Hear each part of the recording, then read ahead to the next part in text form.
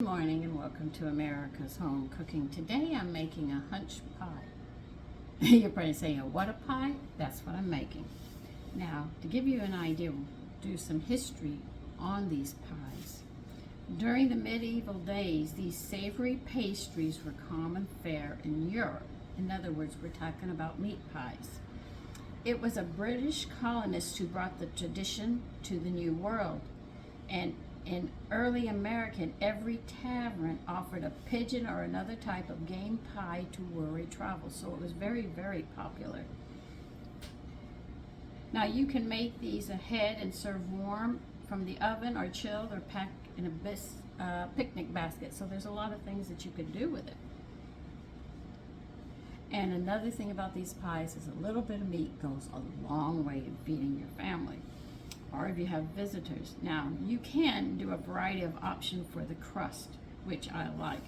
You can use the classic pie pastry, which you can do. You can use a mashed potato crust, which is very popular in shepherd's pie.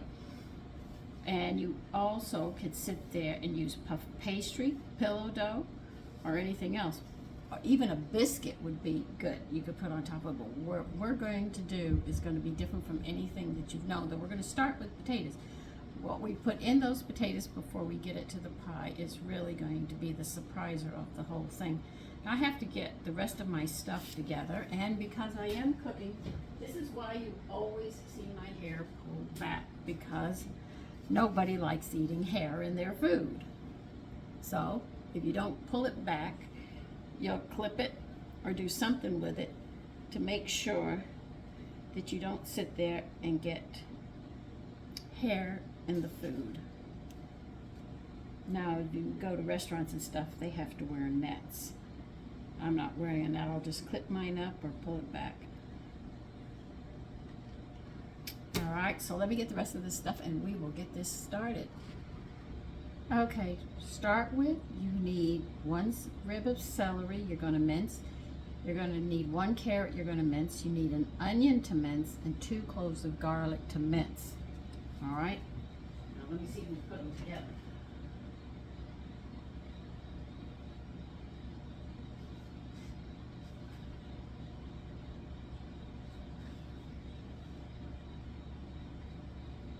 Yes, all these vegetables you're going to put in a bowl.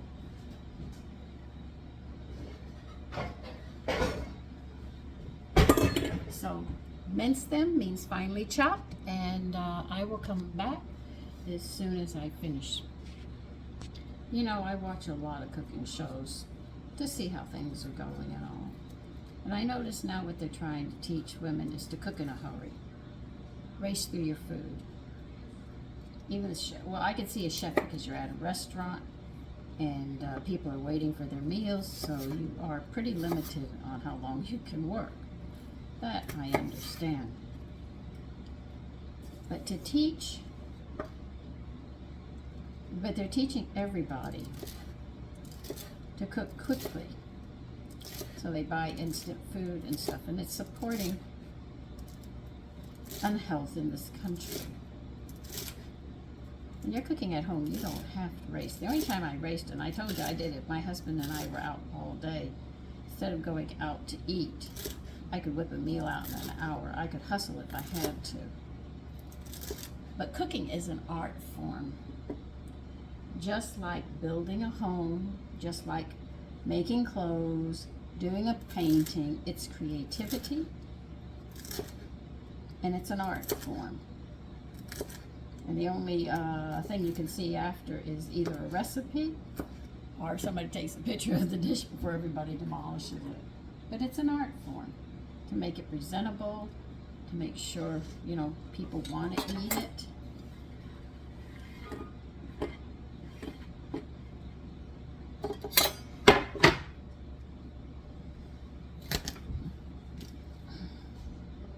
So I take my time.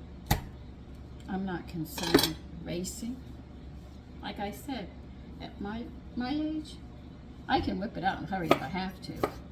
Believe you me, I can make extremely short videos. They'd be so short, they'd probably be 2 minutes. And she'd sit there and say, well, you're not giving the recipes out. and I have done it.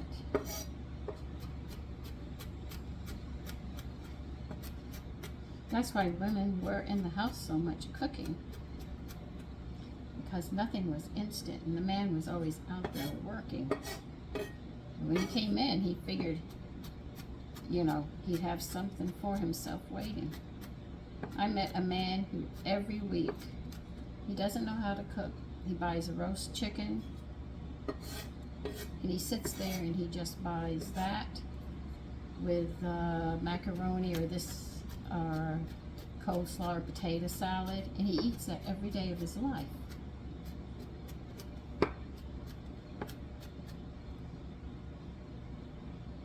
Cooking is a survival, but it's also an art. And that's a sad, sad thing.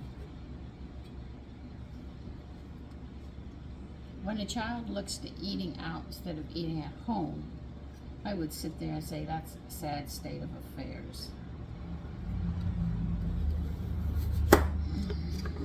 Now I'm going to be mincing this carrot now. You want to see how I do it? I have different ways of doing it, but I'll do it this way this time.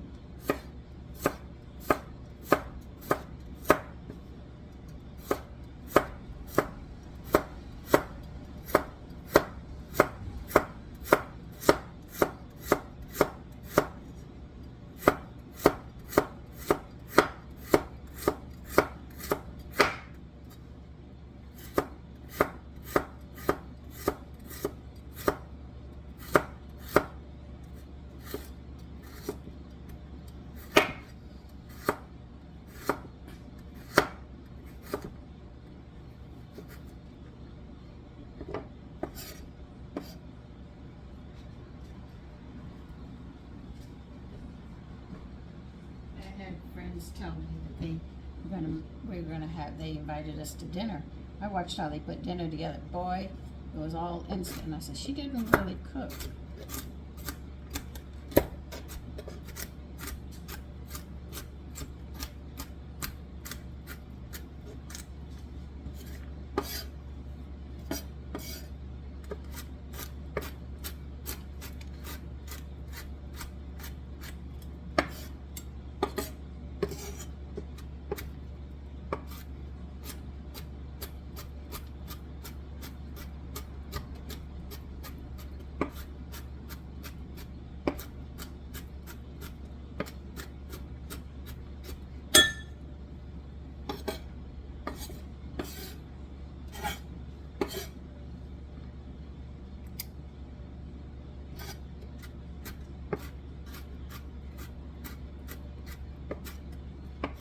I remember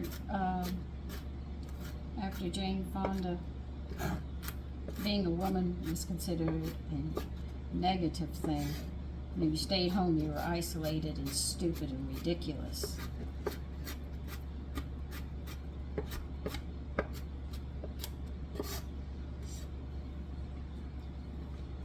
I have no desire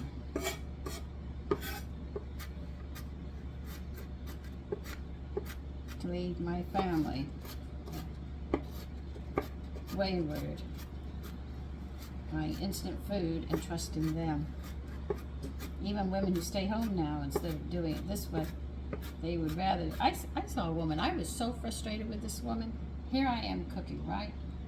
I was at a point in my life where I didn't have a stove, and I was on a hot plate cooking.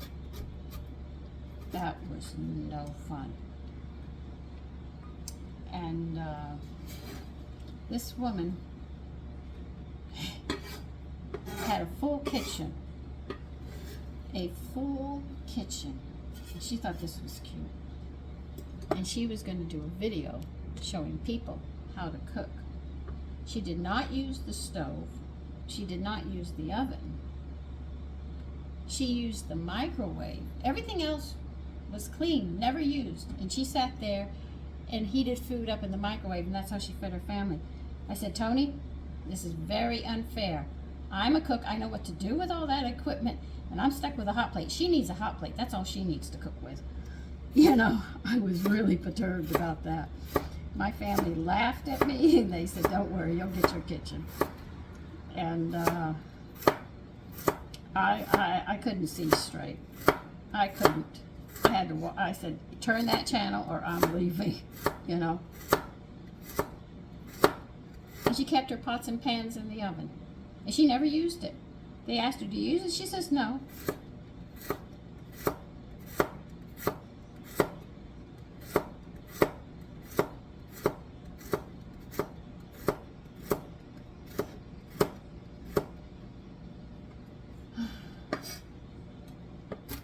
When we went out to eat, my husband would take me to certain places. Some of the food tastes like crap, and we never went back.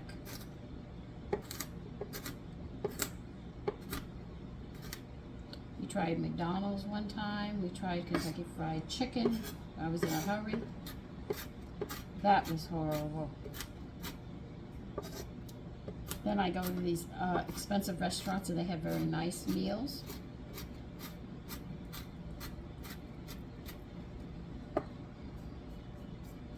And I would say they're a little under par of mine because I know they use a lot of canned goods, mix it up, flavor it up, and that's it.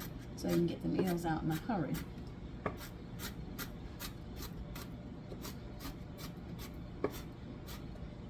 So I have not eaten out. If I eat out, I'll have a salad, thank you very much, which my son took me out to eat. And I had a lovely blackberry, what else? Blue cheese. It was really, really nice. We had to wait for it for a while. It didn't come out real fast.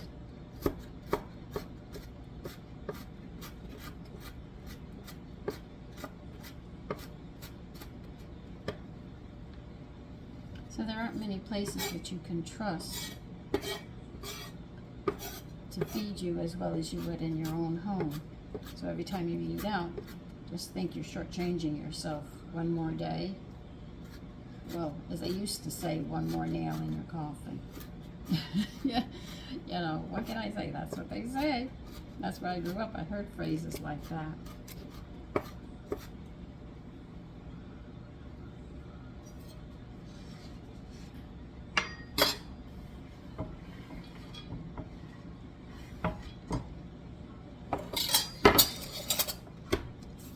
Okay, did I get everything? The celery, the onion, yeah, I got them. All right. We got all of these together. That's what we need. Now I'm going to see what else we have to do. If there's anything else we have to do.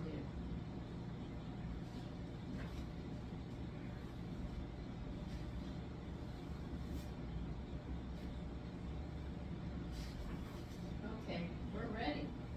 They say a non-reactive pan. Now when they say non-reactive, they're talking about no stick. That's what we knew them as. Me growing up, it was known as a non-reactive. So you can see terminologies are changing, have changed. Will could probably continue changing. But we're going to need, I think, 2 tablespoons. 2 tablespoons of olive oil in a frying pan.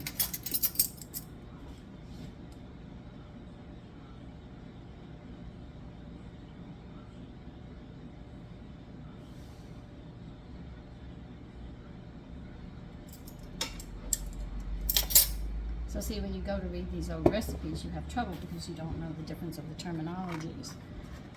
I give you some of the new ones, and I give you a lot of the old ones.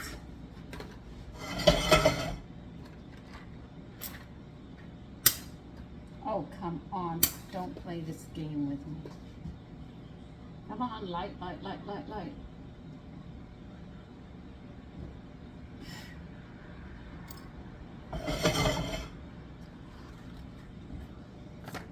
Run on a medium. Yep, medium heat. All right, we're gonna go over here. You'll see me putting stuff in as we go along. Just hold on, I gotta move you. Get you back some, because I don't want to knock you over like I normally do. I just throw you all over the place.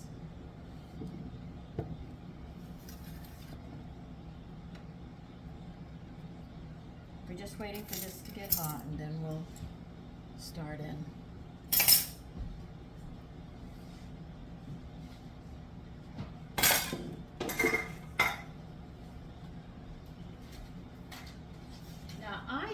using venison in this recipe, but you can use ground beef, but it'll have to be lean.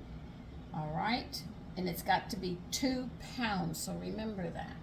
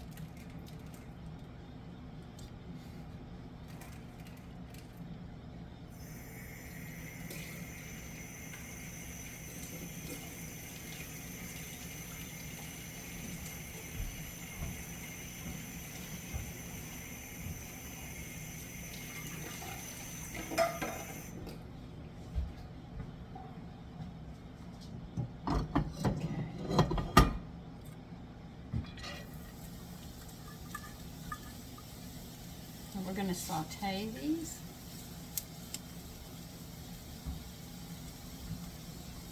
And while that's sauteing, I'm going to show you venison meat.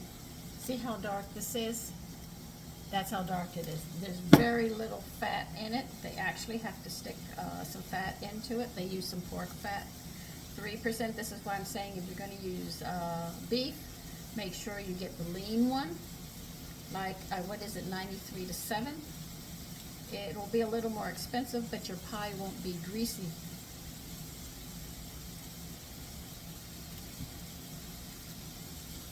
So today we know it is shepherd's pie, but we're making a different pie.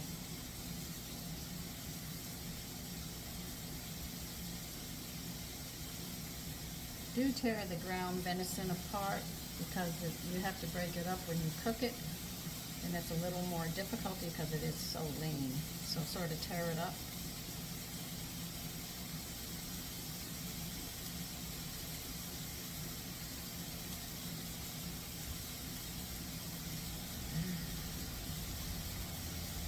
That's actually what I'm doing right now.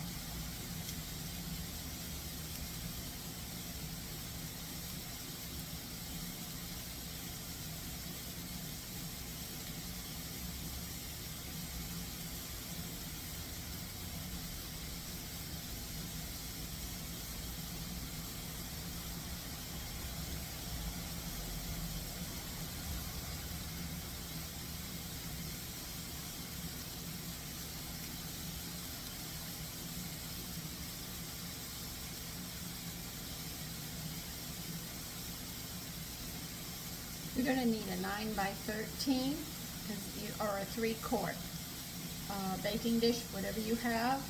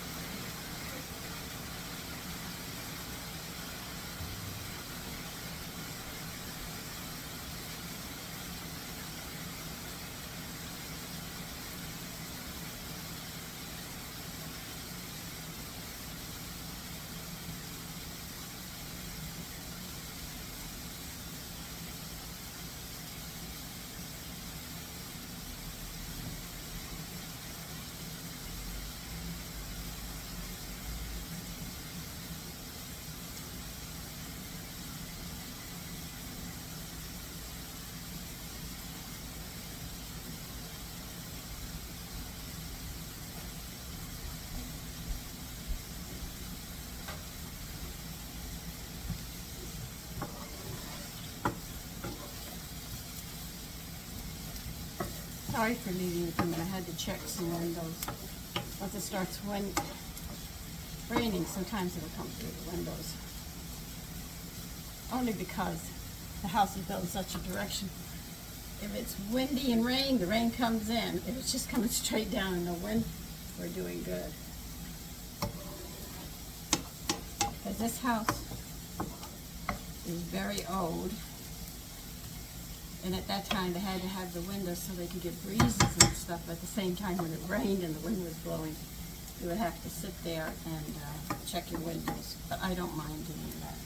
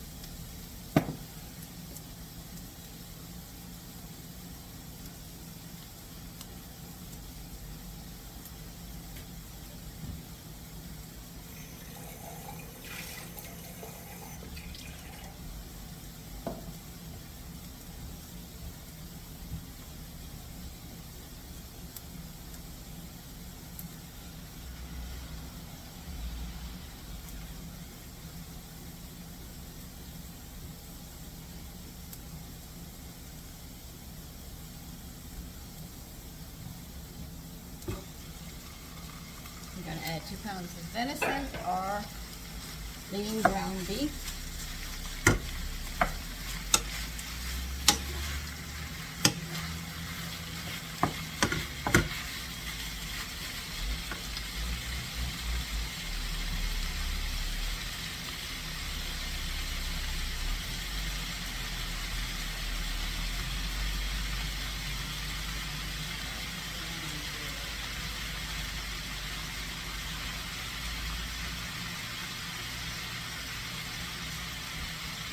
Okay, you need 2 teaspoons of salt. Yes, I made my salt. I'm going to be using it again.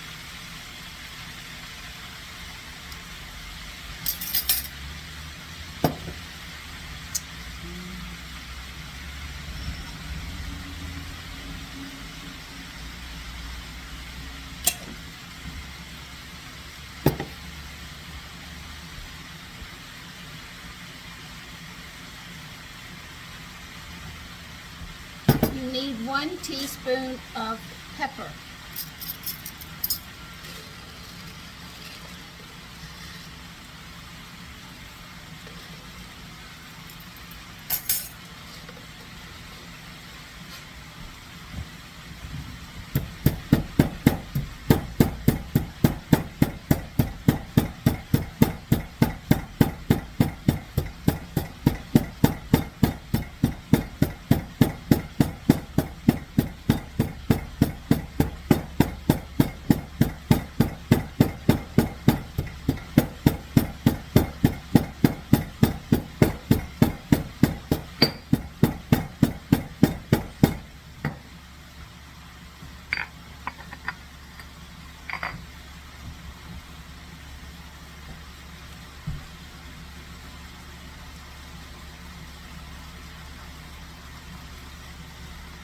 You need a 1/2 cup of red wine.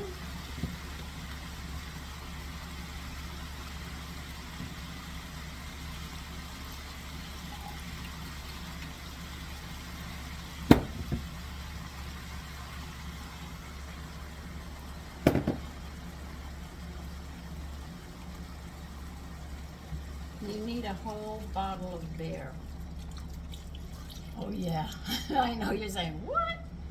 I'm using Guinness's extra stout.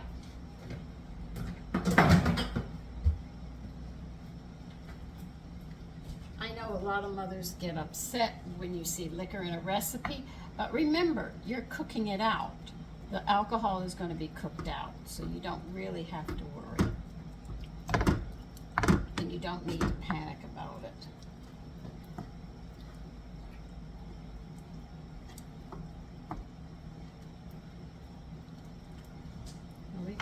bring this to a boil.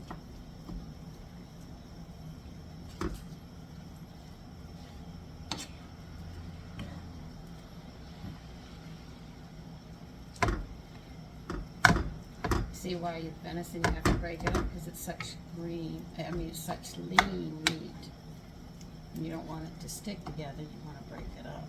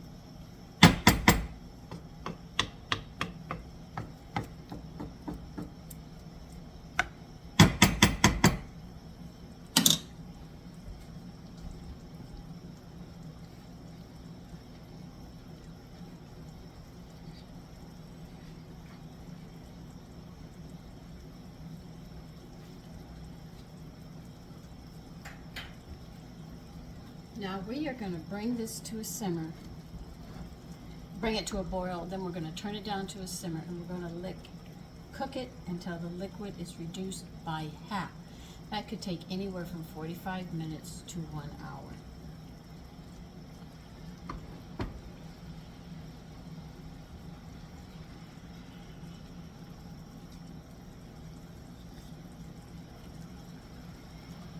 Make sure this is really boiling, then I'll turn it down to simmer.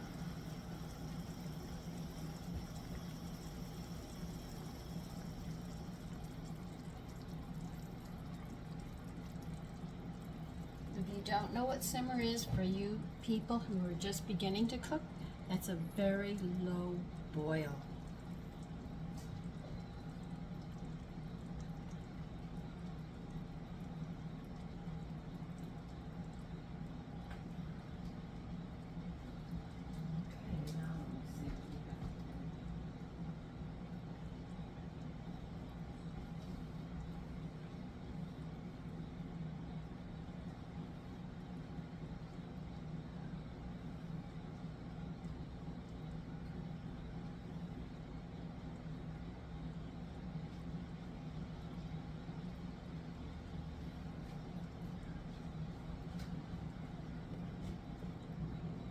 Okay, so we have to wait now, so I'm going to go ahead and clean up this area, and we'll move forward as soon as we get that part done, and I will see you at that point.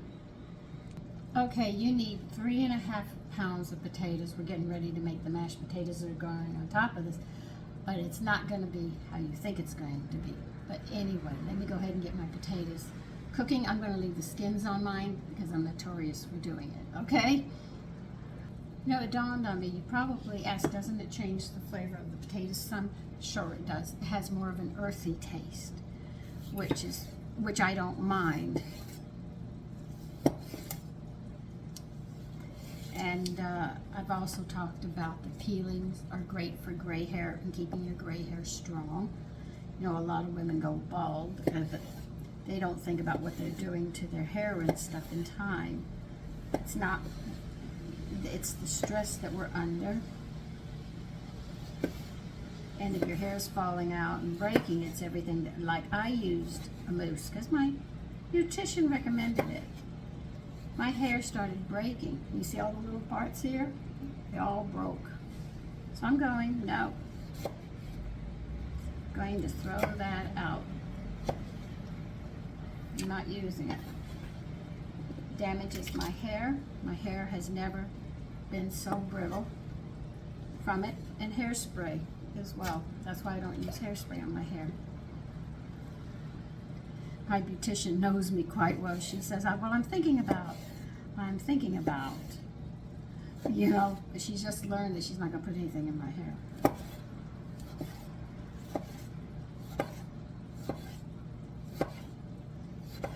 So, that's why I don't put anything in my hair. I will dry my hair, curl it while it dries.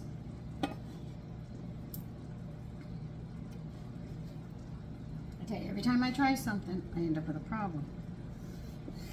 And I see the repercussions of it.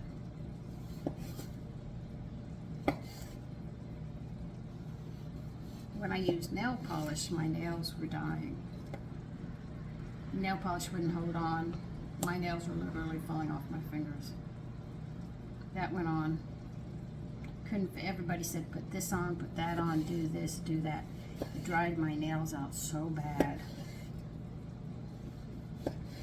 Like you can tell, if a woman is a drinker, she'll have thick nails, extremely thick, and they grow funny. So you can look and see. Women try to hide what they do, put makeup on and everything else.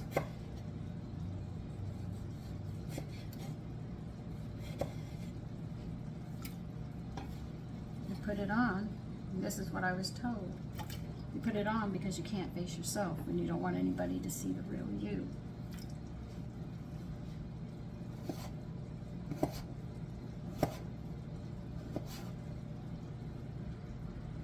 But remember, this is what I was taught. Well, I went through my makeup period, and then I realized I could spend better time not putting makeup on and doing other things that I love to do.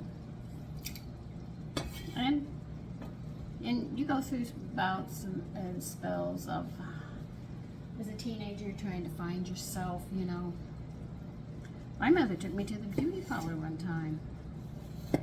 She got my hair done. The style I'm describing is very, for the time frame, I had bangs that came down here, and my hair was here, and it was curled under. Now my hair is straight as a board unless you cut it really short. Then I develop a ducktail in the back. Literally, and it doesn't listen to anybody. And my mother bought me curlers with those bristles in them, and I had to wash my hair. When my hair was done, I looked in that mirror with great contempt. The beautician says, "Isn't that beautiful?" My mother said. By the time I got home, my mother sat there and said point blank, "I will never take you to a beauty parlor again." And you know what my response in my heart was? Thank goodness. She doesn't know how happy she made me. I don't mind sitting and waiting for her to get her hair done. And I used to see some of the girls there from high school getting their hair done. I didn't. I didn't like it. Oh, when they got done doing the hair and all, it was beautiful. But what they had to do to get it to there, that point, was So see, I have proof that hairspray doesn't work. These things you put in your hair, I read them after I started having problems with my hair. And I found out it has rubber in it. That's how they get your hair to stay put, literally rubber.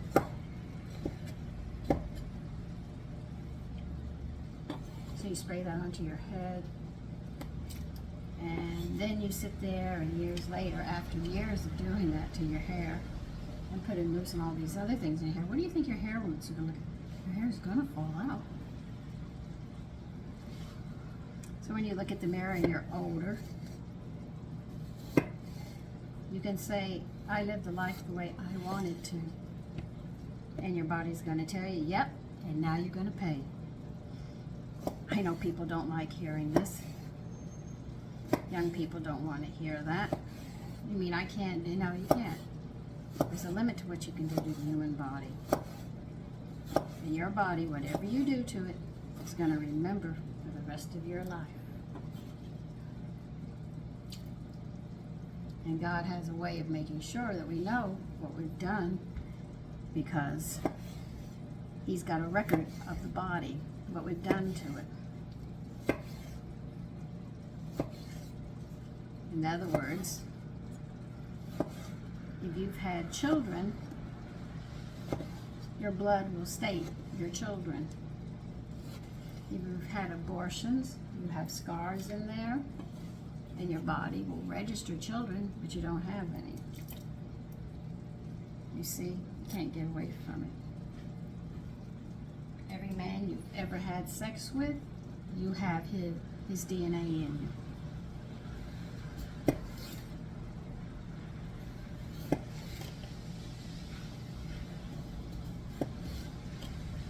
I used to wonder, now this, I don't have any proof, but it's a question. If you've ever seen a woman who's been a prostitute for a long time, she is really aged tremendously. I mean, she looks much older than her age and everything else. And you wonder why. Is it because she's carrying all that DNA and stuff from the man?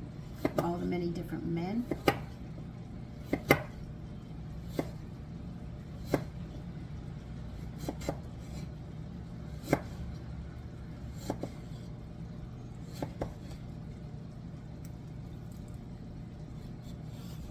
These are questions I ask.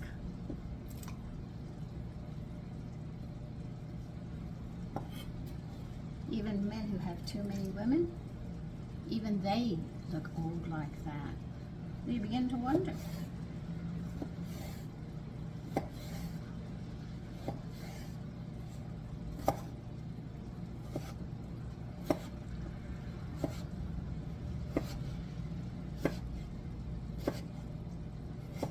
And this is nutrition. I mean, I'm not talking about something that's not nutrition. It is nutrition because it affects the body. It affects the body, and there's something in there going on. Oh, please let me get the rest of these potatoes. I've got 2 more to go.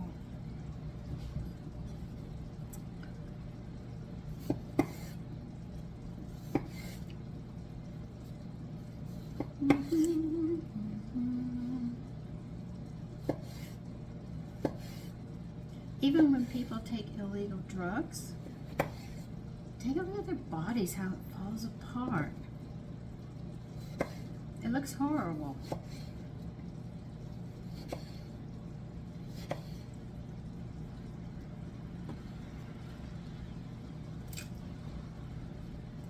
And the one who put those breast implants to have larger breasts, when they get older, the weight of it just drags them way down here.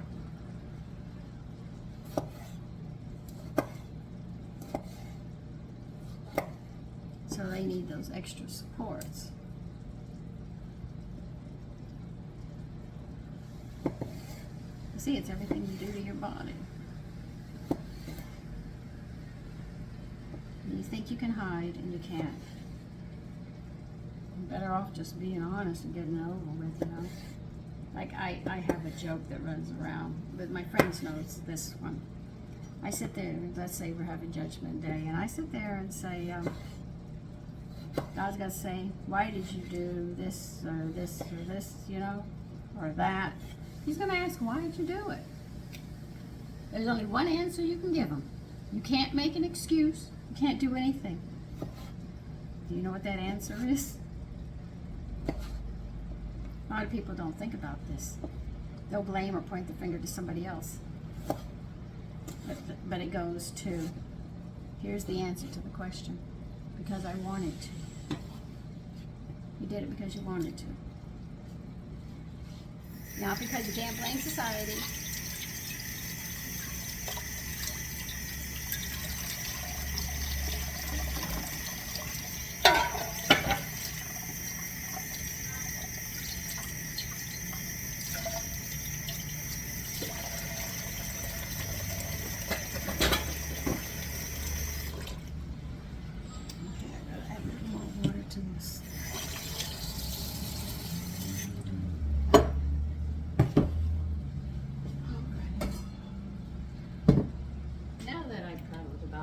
Things.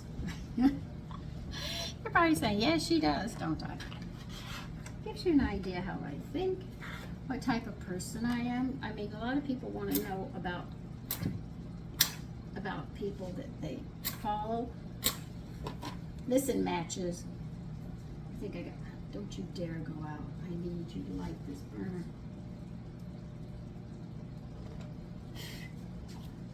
You know? So, I figured just chatting to get an idea of who I am. I'm going to need another match. Alright, in a small saucepan, you're going to put 2 tablespoons of butter in there. Melt it. Because the liquid is reducing quite well. Let me unplug you from charging.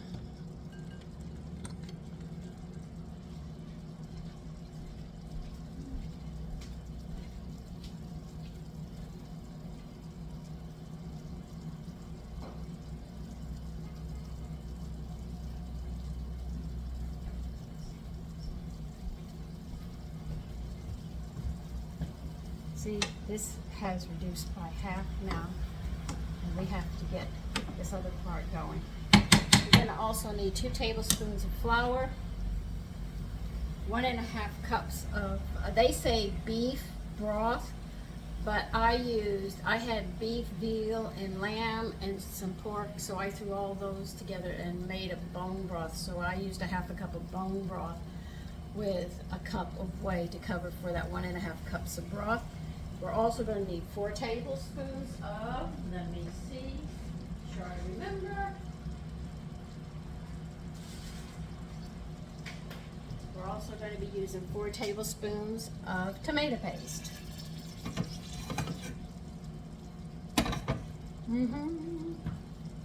So in your broth, put 4 tablespoons of tomato paste.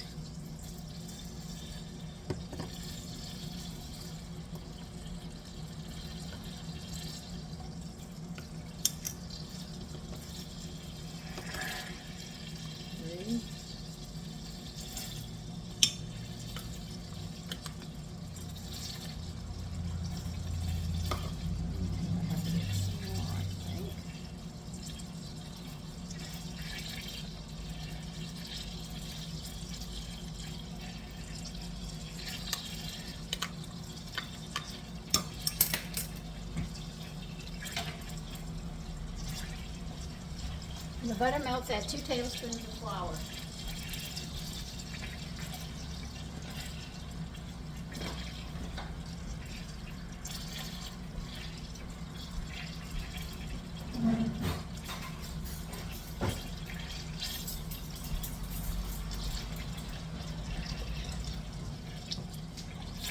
Make a paste out of it. Let the flour cook till the rawness is cooked off of it, and it smells like toast or toasted bread. That's what it'll smell like. Okay, I need another tomato paste.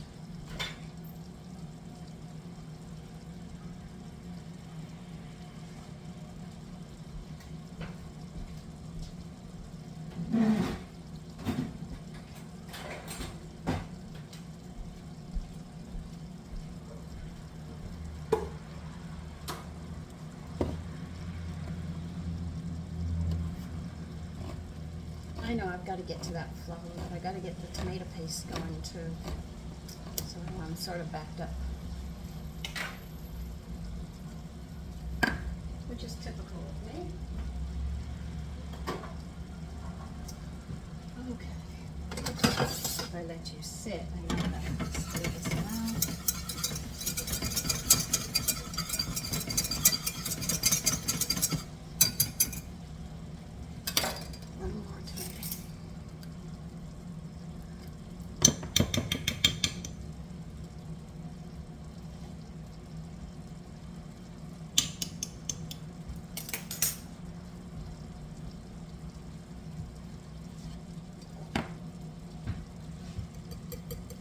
Mix the tomato paste into your broth.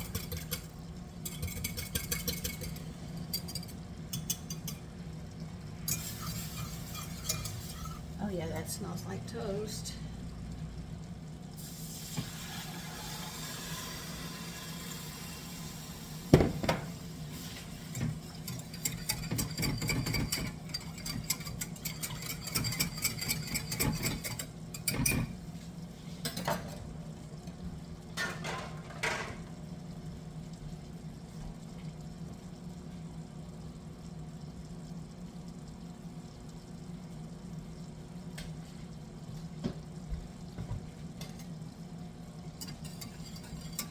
We're going to wait till this gets thick right here.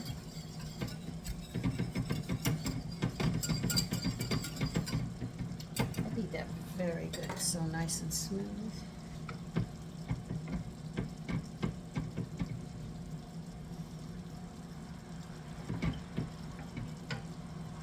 This one high.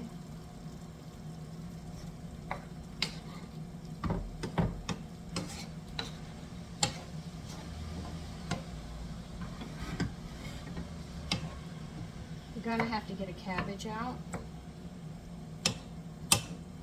and we'll get to that in a minute. I just have to get this together and into the baking dish.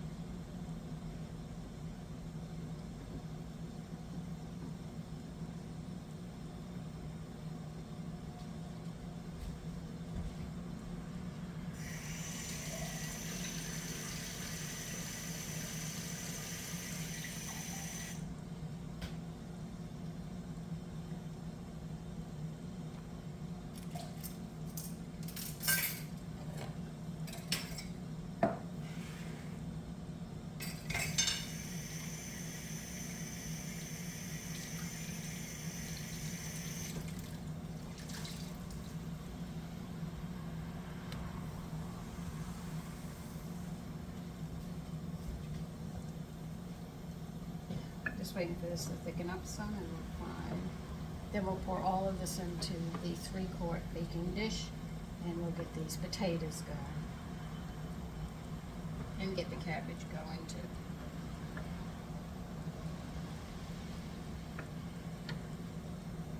Now I'm just going to turn this one on.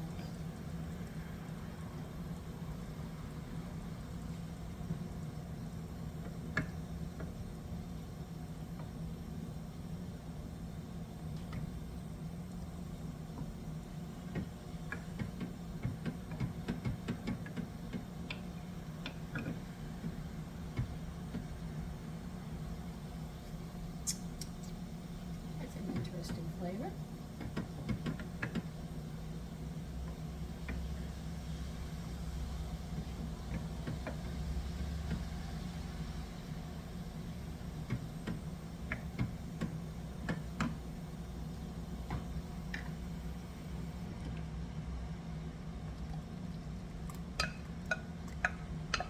We're going to mix all of this up.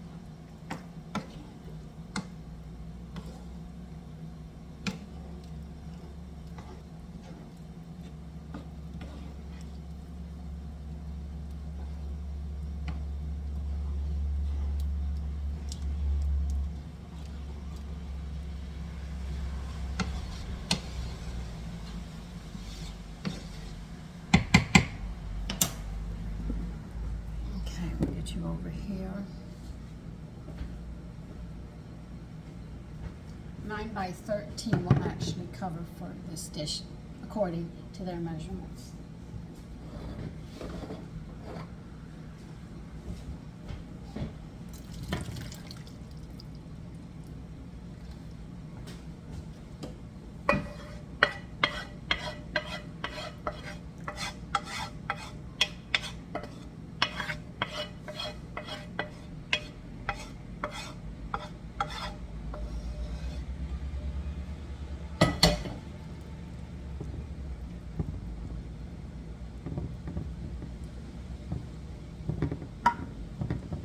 Alright, you're going to put this to the side. This is all I've done to it so far, right there. We're going to put it to the side.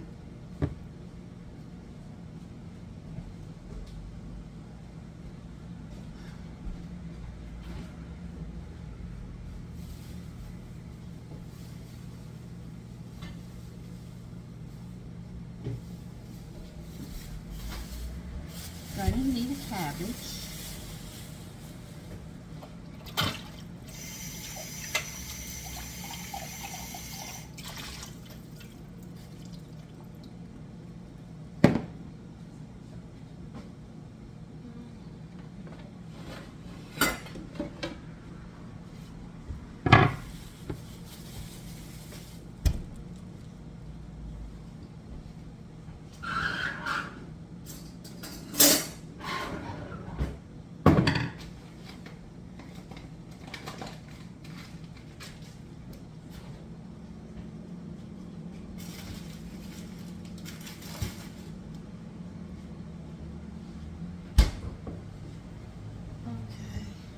This, a knife.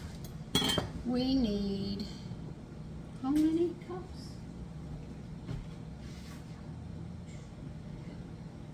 2.5 cups. And about the remaining tablespoon. All right. In the skillet we just came out of, I'm going to put a tablespoon of butter.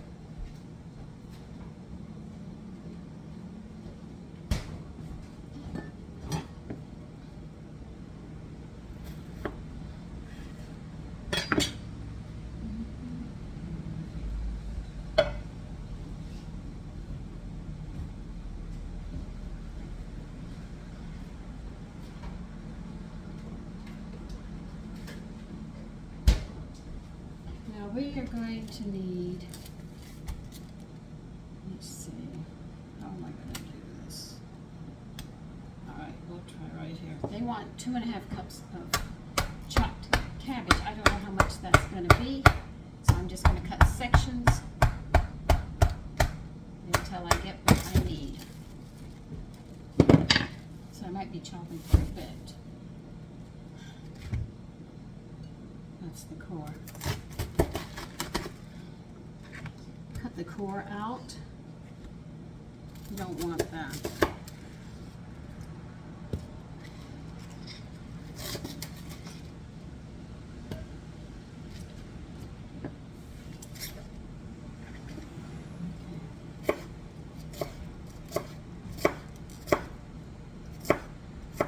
I assume we're going to have to chop.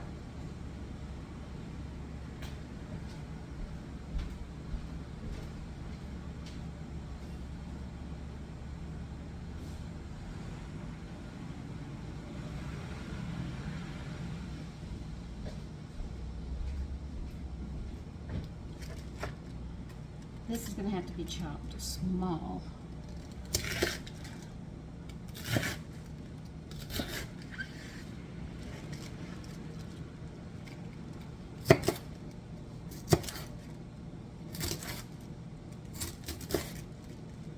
She doesn't say chop it small, but because it's going in the potatoes.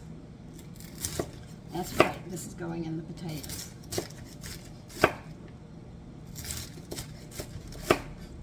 So see, if you make those other ones, you'll be bypassing this. So if you don't like cabbage, you can use chives, they say. So this is 2.5 cups, and I'm doing quite well.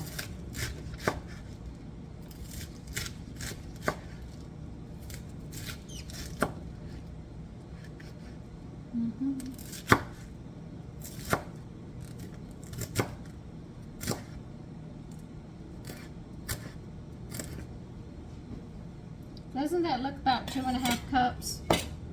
I think it is. Okay. I have to take care of something. I'll be right back. Okay, you're going to heat that frying pan up and you are going to cook this cabbage until it's wilted. This pan wants to overflow. I do not want it to.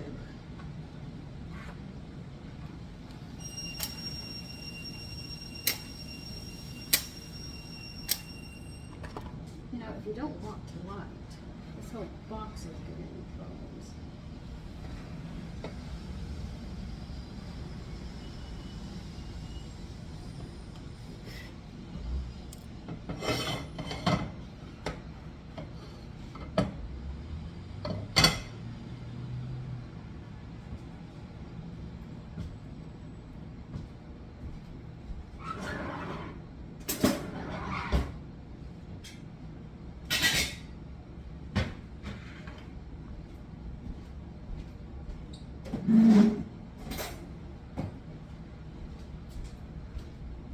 Okay, so get your pan hot with the butter, and then we're going to take care of this cabbage. And you're going to cook it just until it's wilted. Then we'll be mixing it with the mashed potatoes and other things that we have to do.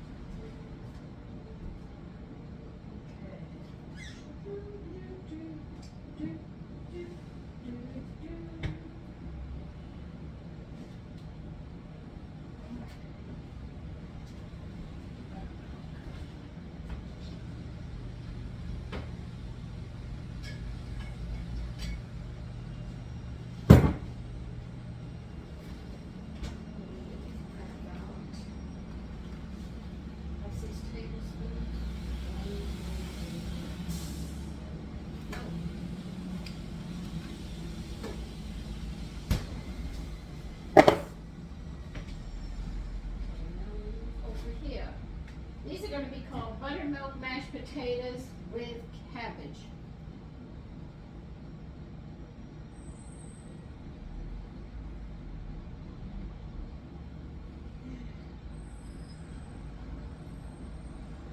Oh, I can use electric mixer. Yay!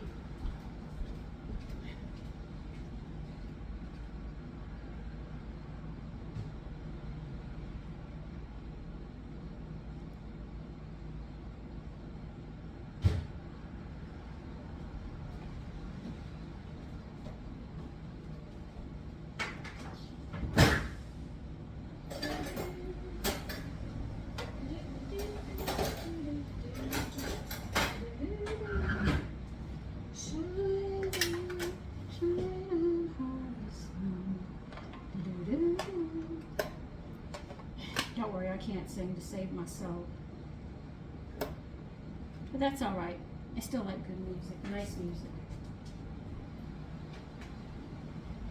Okay, we're gonna have to move some stuff here to make sure that there's room for stuff. Not that I have enough. You need 6 tablespoons of butter we're gonna need. 4, 5, 6. Okay. Got that ready. That better go here since we're running out of room. You're probably saying, what about the butter in the pan?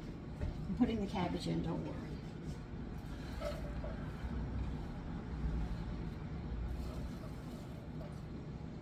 Now we're going to cook this cabbage.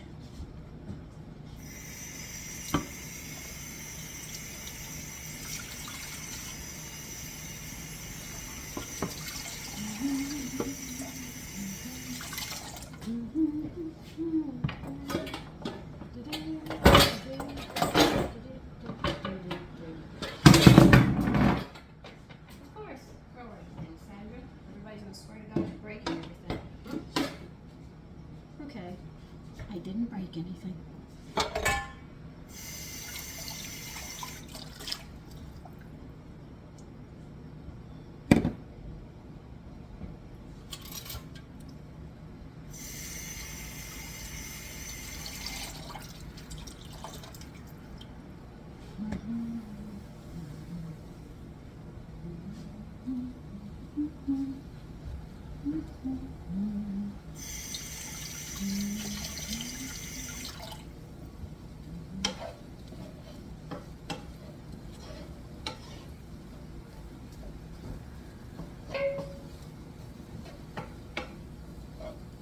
that's my buttermilk popping in here.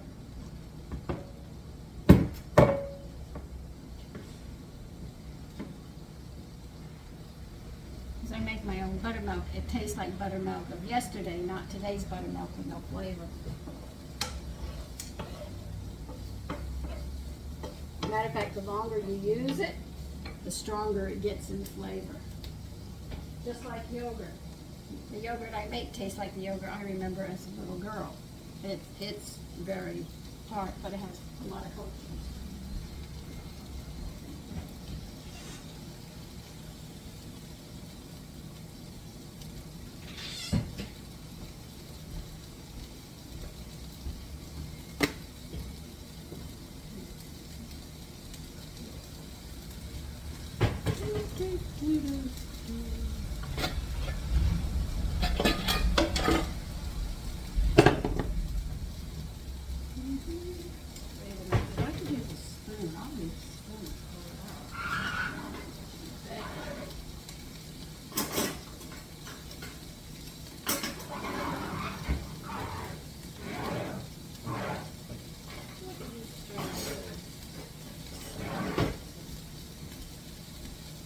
See if she's gonna have me drying out.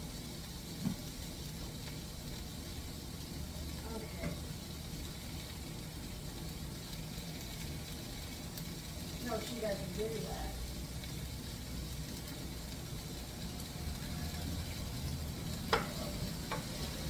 Keep an eye on your cabbage. I'll bring you over here. It's cooking right now. While I have the potatoes doing their business.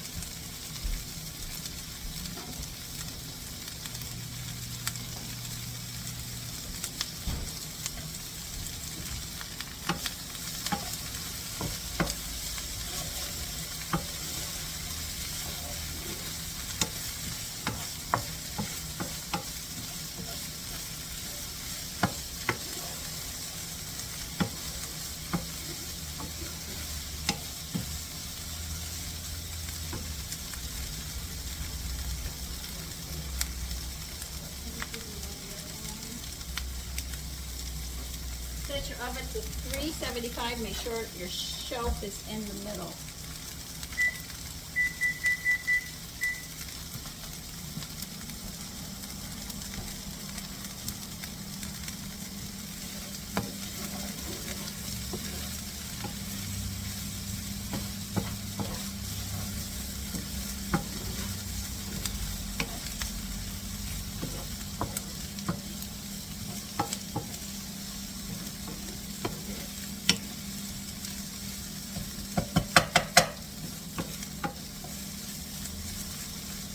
You're not cooking the cabbage all the way. You're sauteing them and getting them pre-cooked. And they smell good with butter, believe it or not. They really do. And imagine mixing this with all the potatoes and other stuff we're going to put in it.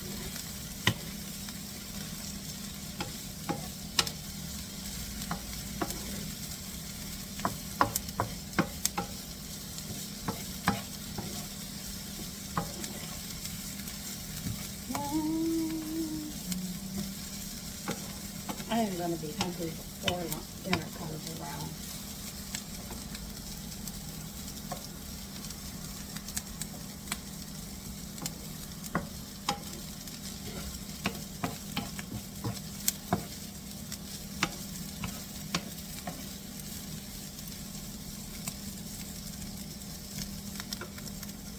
Okay, that's it. They're done. Now we're going to check these potatoes. I need a knife. So I'm sure mine are done because of the way I'm doing them. I'll use a strainer this time.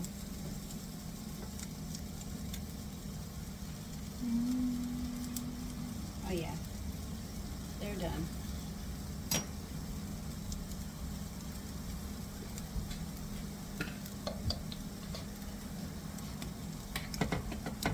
Hey, I'll use whatever I can find in the house, the strainer.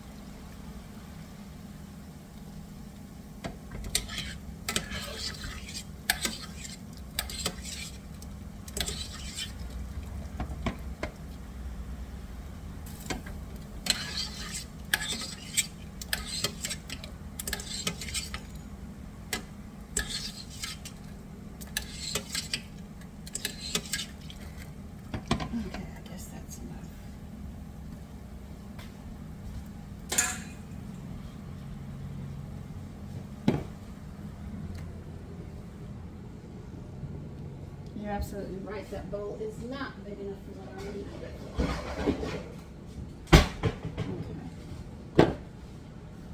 Okay. Shoot, that bowl's barely big. Okay.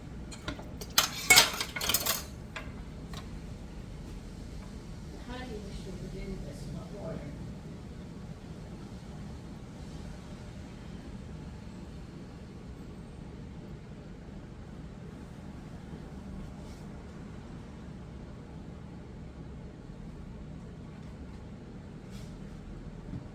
I want this for 1 minute.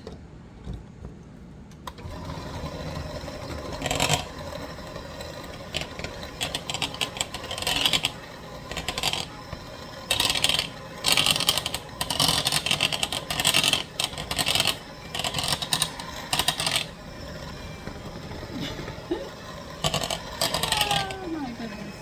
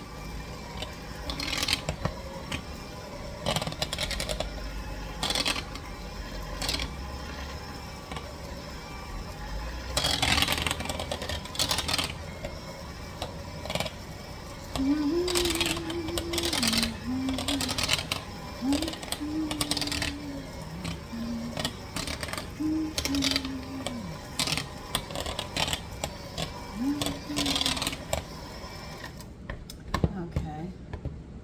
Got a lot of them mashed. How much salt? Okay, 6, 1 teaspoon. All right, they want 1½ teaspoons of salt.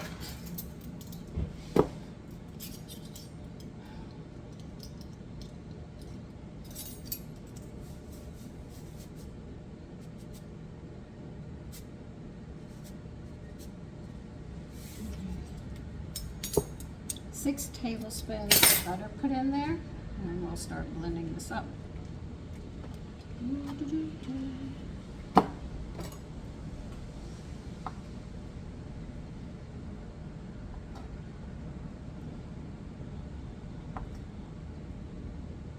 I've seen some people, because they can't get the butter melted, they sit there and they melt it before they put it into the potatoes.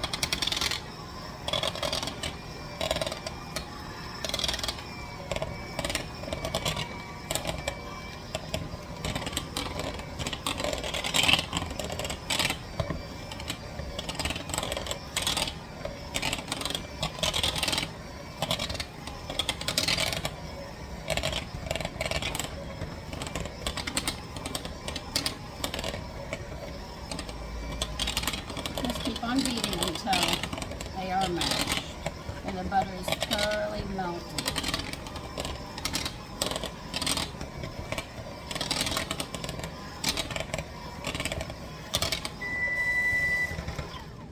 Yeah, I know, I'm getting there.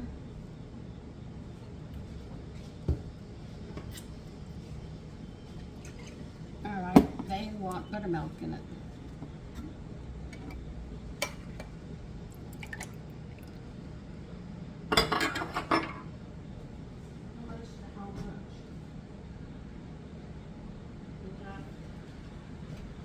Cup. All right, add a half a cup of buttermilk. We might be adding another half a cup.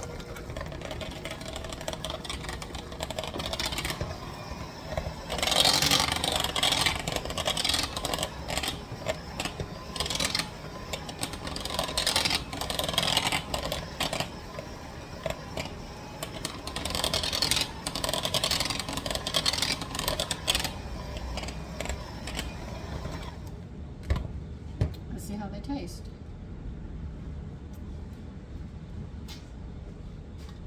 It has a nice taste to it.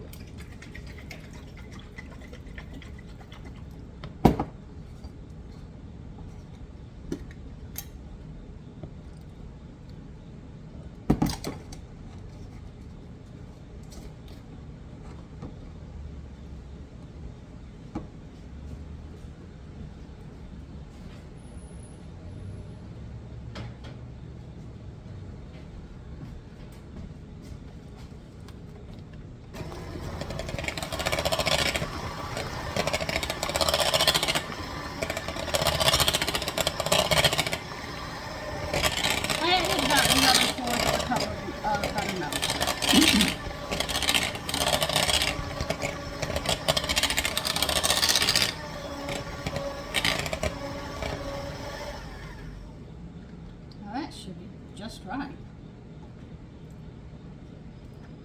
I do like it very much.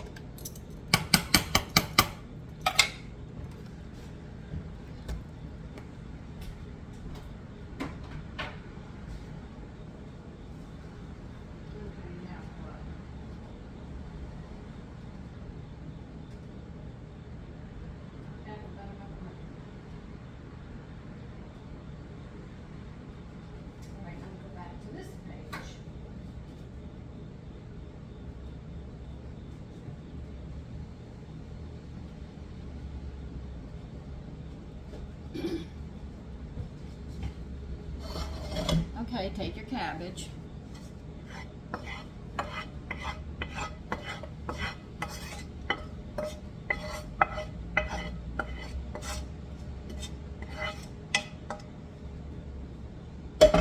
We're going to fold it in.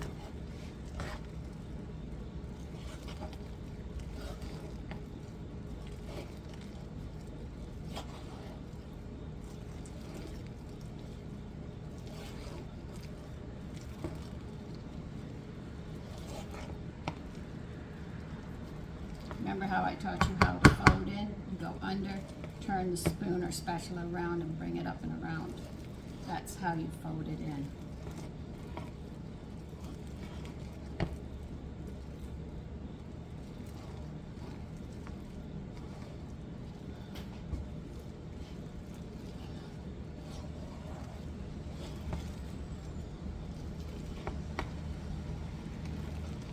I think the only thing you would need with this meal would be salad.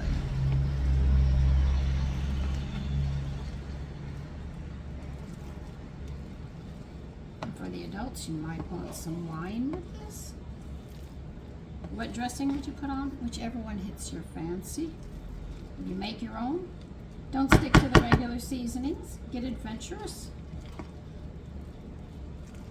My son is learning about coriander powder, and he's been putting it in the dressings and mixing it with other seasonings just to see what he comes up with. And he has come up with some nice different seasonings. Of course, that's where I give them a place to play with their seasonings to get an idea how seasonings work together. Is make the dressing, season with what seasonings you want. Okay. Don't worry, we're still not done with this dish. This dish is a little complicated, but it's a very interesting dish.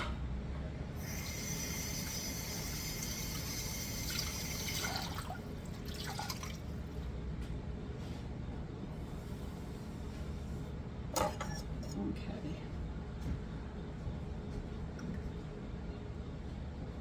Now you noticed I used whole wheat flour. I did not want to use white flour that they tell me because I want to make it nutritious, which I'm always struggling to do.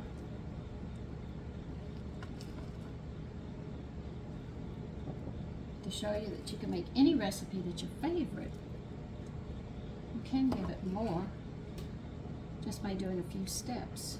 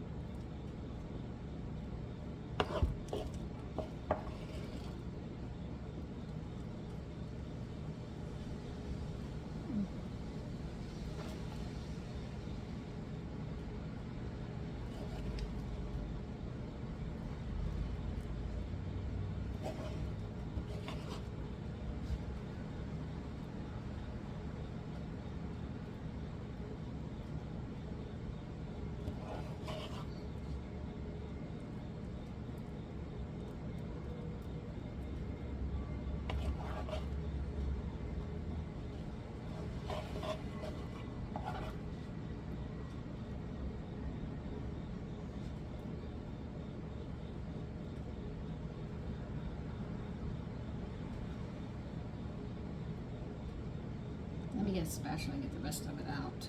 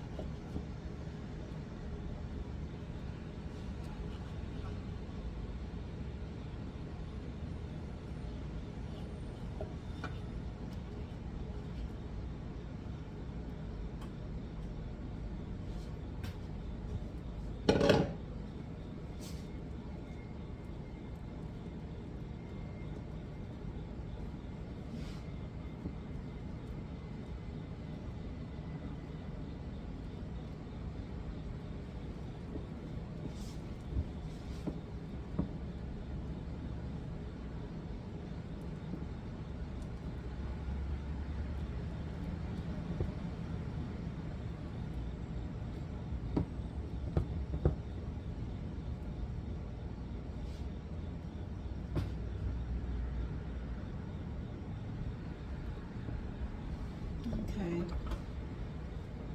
let me get the next ingredient.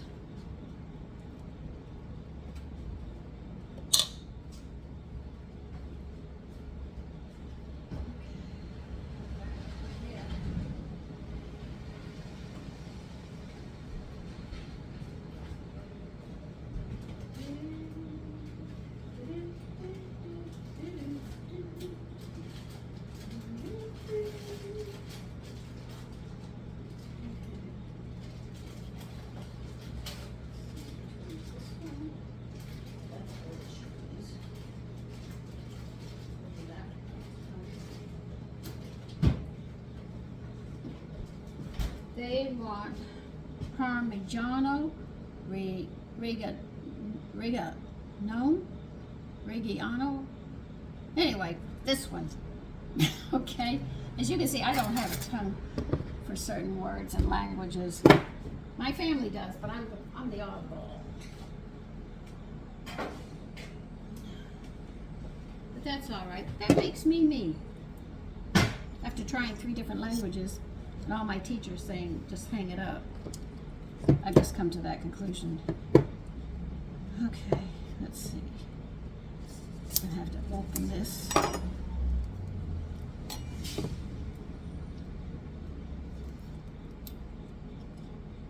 And tell me it didn't open? Oh, come on.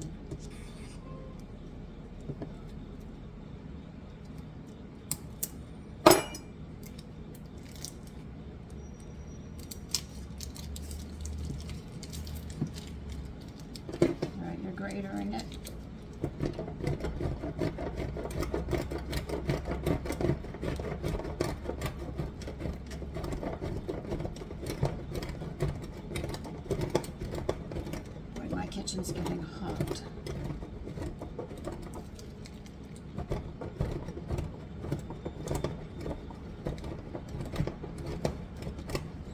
You see how you use different combinations? They say 3 tablespoons. Okay, that's what they want. And they sprinkle it over the top of it. That's why they told you to flatten out the mashed potatoes. Okay, I think we're ready to go in the oven if there's nothing else. Okay, now what do you want me to do?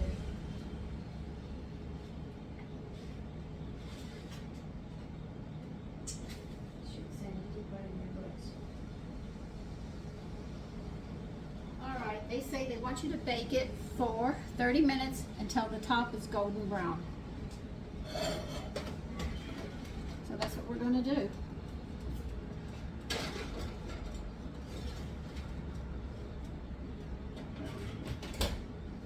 So I will see you in that time.